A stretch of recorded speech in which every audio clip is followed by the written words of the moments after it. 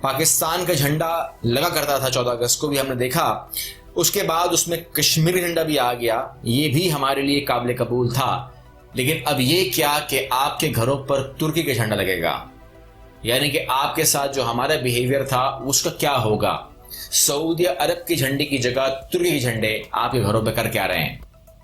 اور سعودی عرب کا یہ خیال ہے کہ آپ کا جو اگلا سال ہے 2021 میں آپ کے گھروں پر ترکی کے ساتھ ساتھ ملیشیا کا جھنڈا بھی آ جائے گا. اور سعودی عرب نے اس جو اسٹیٹمنٹ نہیں کہنا چاہیے، ایک کالم ہے، اس کالم میں انہوں نے ایک بات واضح کر دی ہے جس سے ہمیں سعودینز کی سوچ نظر آتی ہے. وہ کہتے ہیں کہ جی ہم کسی بھی طور پاکستان کا کوئی بلاک قبول نہیں کریں گے. یہ بات دماغ میں رکھے پاکستان کے، ہم کوئی بھی بلاک قبول کرنے نہیں جا رہے کہ ہم یہ سنیں کہ پاکستان نے بلاک بنایا ہے یا اسلامی کو نیا بلاک بنا ہے اور وہاں پر اجلاس ہو رہے ہیں، ترکی میں اجلاس ہو رہا ہے، ملیشیا میں اجلاس ہو رہا ہے اور وہ لوگ ملک اکٹھا کر رہے ہیں. اس بات کو بیر نہیں کرے گا. لیکن اب تک اس نے کہا ہے کہ آج تک ہم پاکستان کے ساتھ کھڑے ہیں، پہلے کی طرح کھڑے ہیں جیسے ہم پہلے تھے. ہم کو افسوس ہے کہ جس طریقے سے رویہ ہمارے ساتھ اپنایا گیا یا OIC کا نام لے کر جیسے سعودی عرب جو ہے وہ کروا رہا ہے اینیکسیشنز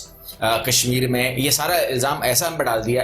لیکن ہم کھڑے ہیں. دیکھیں یہ بات، اس میں تو کوئی شک نہیں ہے کہ پاکستان ایک گروپ بنانے کی بات کر رہا ہے، اس میں تو کوئی شک نہیں ہے کہ OIC سے ہم نے ساتھ مانگا، OIC کی ٹالا بٹولی رہی.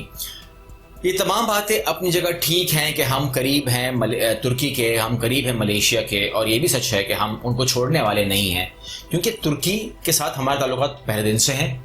جب سب سے پاکستان بنا ہے ترکی سے ہمارے تعلقات، جب سے پاکستان بنا ہے ملیشیا سے ہمارے تعلقات کبھی خراب ہوئے نہیں. وہ دو برادر اسلامی ملک ہیں ہمارے، ٹھیک ہے، برادر اسلامی ملک ہیں، ہماری جو دوستی ہے بھائیوں والی بات ہے.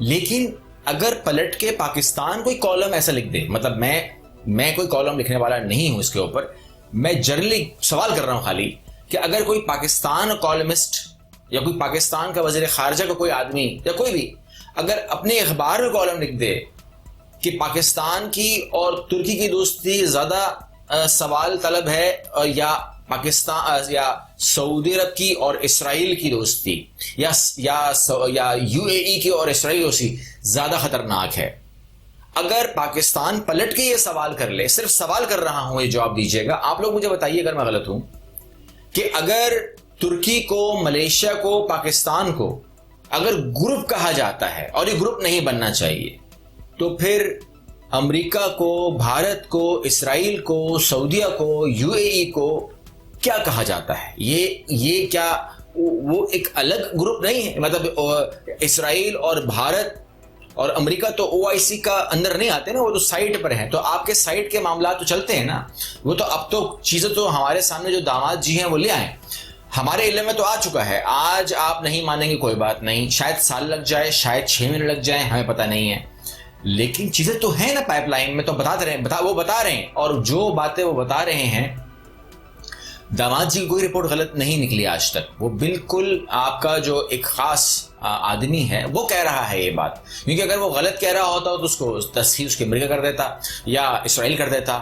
لیکن وہ آدمی بیک وقت ہم کو نظر آتا ہے 2 جگہ پر، ایسا لگتا ہے جیسے وہ کوئی جڑوا کردار ہے، حالانکہ وہ ایک ہی ہے.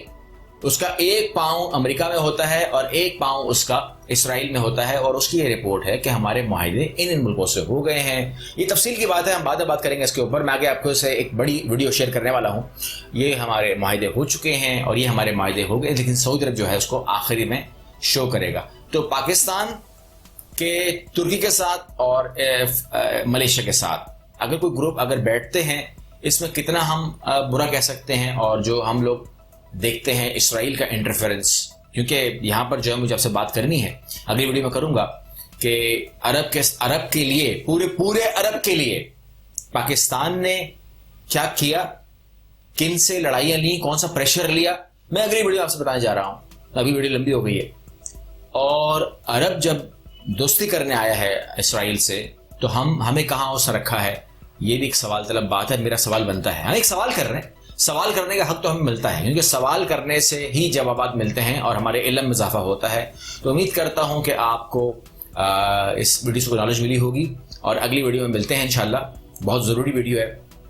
سبسکرائب کیجیے چینل کو، لائک کیجیے اور انشاءاللہ اگلی ویڈیو ملتے ہیں. اللہ حافظ.